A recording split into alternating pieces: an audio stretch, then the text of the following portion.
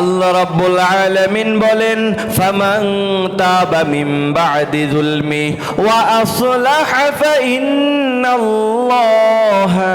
ইয়াতুবু আলাইহি।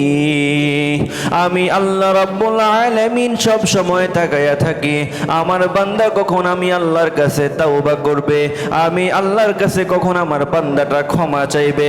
বান্দা যদি নিজের জীবনকে গুনাহ করতে করতে নাপাক করিয়া ফেলে, বান্দা যদি গুনাহ করতে করতে নিজের জীবনটাকে জর্জরিত করে ফেলে, আমি আল্লাহ রাব্বুল আলামিনের কাছে যদি বান্দা তখনও একটু ক্ষমা চায়, আমি আল্লাহ রাব্বুল আলামিনের কাছে যদি বান্দা তাওবা করে আর ভালো কাজ করতে থাকে, আমি আল্লাহ রাব্বুল আলামিন ওই বান্দার জীবনের সমস্ত গুনাহগুলিকে একেবারেই মাফ করে দিব।